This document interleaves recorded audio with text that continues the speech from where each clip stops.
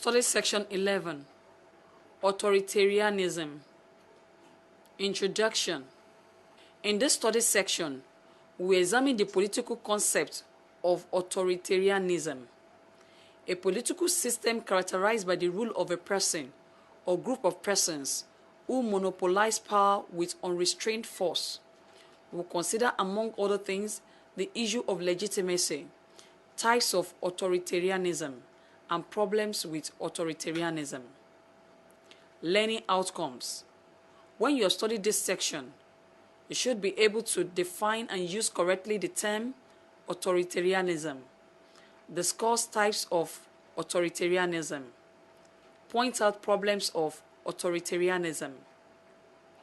Concept of authoritarianism. Authoritarianism is a political system that is characterized by the rule of a person or group of persons who take and monopolize power by exercising unrestrained force. It is a system where legitimacy is not derived from the consent of the people, but by the ability to wage power and force. Essentially, this implies that any political system or arrangement that cannot be clearly stated as having derived its legitimacy from explicit or implicit, the consent of the masses or the governed can be considered authoritarian.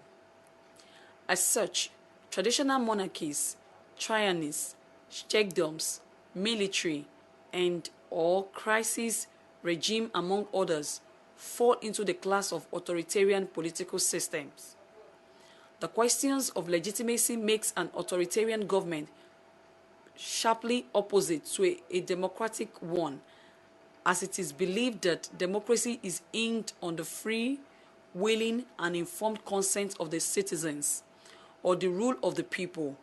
Authoritarianism is not necessarily one that can be wholly characterized illegitimate, but one whose legitimacy is not derived from the majority of the people.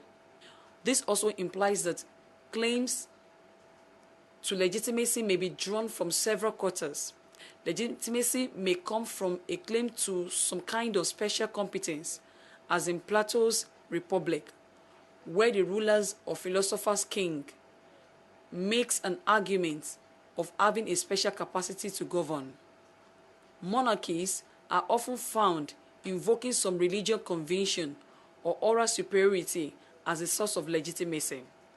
The divine right of king, which carries the notion that secular rulers are chosen or appointed by God, is one of such legitimate claims. In Imperial China, for example, rulers claimed that their mandate to rule was legitimate by heaven. Authoritarianism entails a disregard for popular opinion, and this is easily seen in the dismissal and proscription of familiar features of democracy, like voluntary and free association, two or more political parties, freedom of expression, formal election, rotation in office, and separation of powers. Types of authoritarianism. 1. Totalitarianism.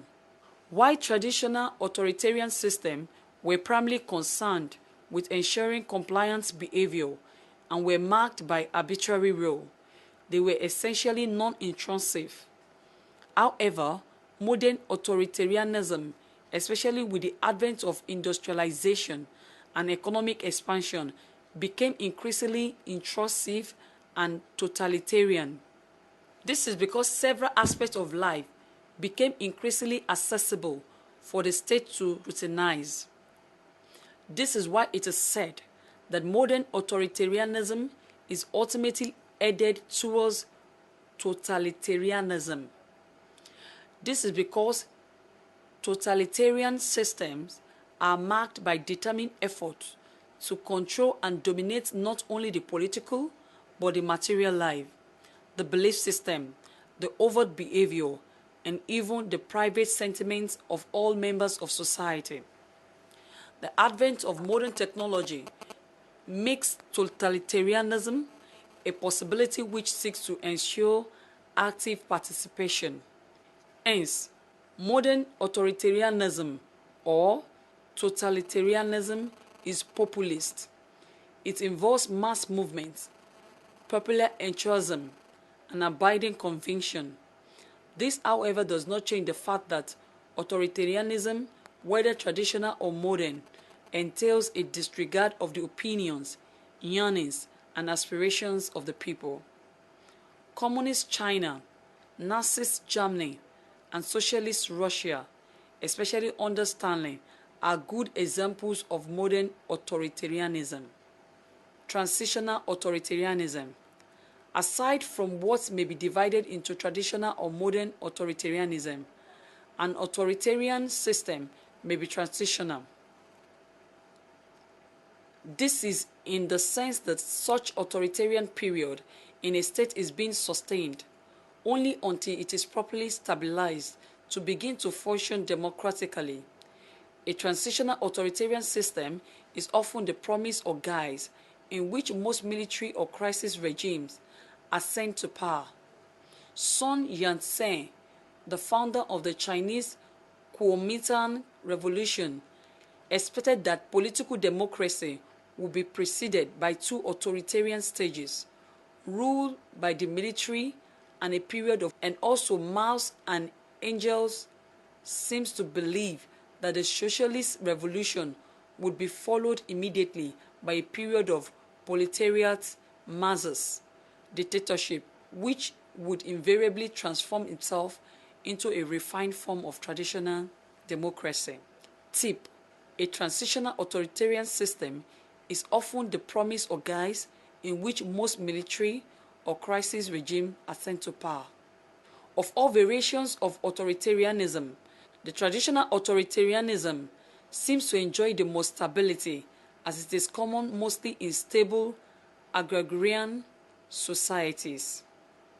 Problems of authoritarianism. Authoritarianism systems have been condemned as non-viable, as they often created tensions that lead to the toppling of one system by another.